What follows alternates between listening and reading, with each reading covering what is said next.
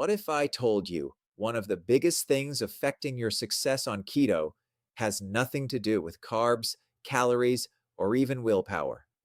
It's something most people interact with every single day and don't even realize the impact it's having on their mindset.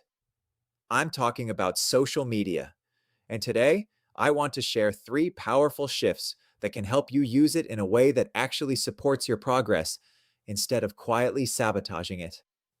Point number 1, follow for inspiration, not perfection.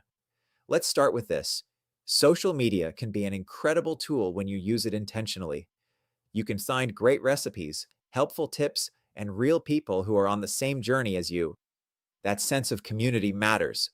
It reminds you that you're not alone, and it can give you ideas that make keto feel simpler and more sustainable. But here's the key. You want to follow people who are real, not perfect. The accounts that show you the behind the scenes, the challenges, the plateaus, the everyday decisions, those are the ones that actually help you grow. Because keto isn't about perfection, it's about consistency. When your news feed reflects that, it becomes a source of encouragement instead of pressure. Point number 2, watch out for the comparison trap. Now, here's where things can start to go sideways if you're not careful. It's very easy to fall into comparison mode. You see dramatic transformations, perfectly plated meals, and people claiming fast results. And suddenly you start questioning your own progress. You might think, why isn't this happening for me? Or maybe I'm doing something wrong. But you have to remember, you're seeing a highlight reel. You're not seeing their full story, their struggles, their starting point, or what's realistic for your body. And the truth is, comparison will drain your motivation faster than almost anything else.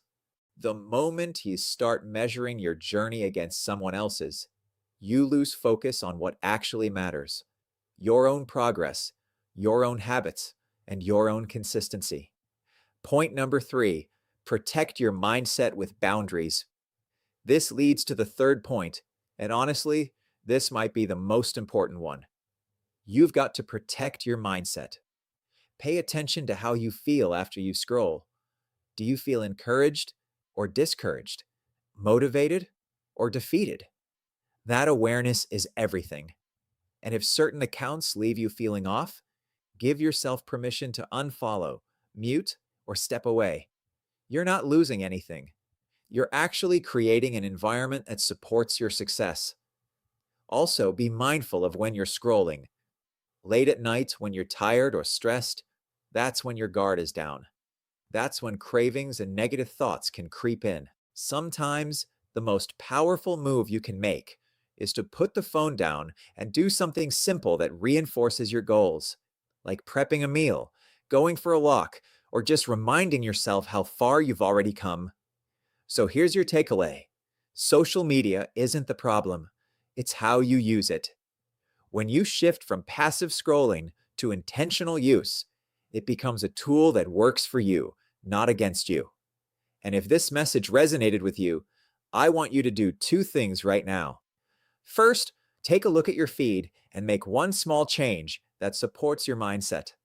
And second, make sure you subscribe to this channel because I'm here to help you stay consistent, stay focused, and build something that actually lasts. You've got this, and I'll see you in the next video.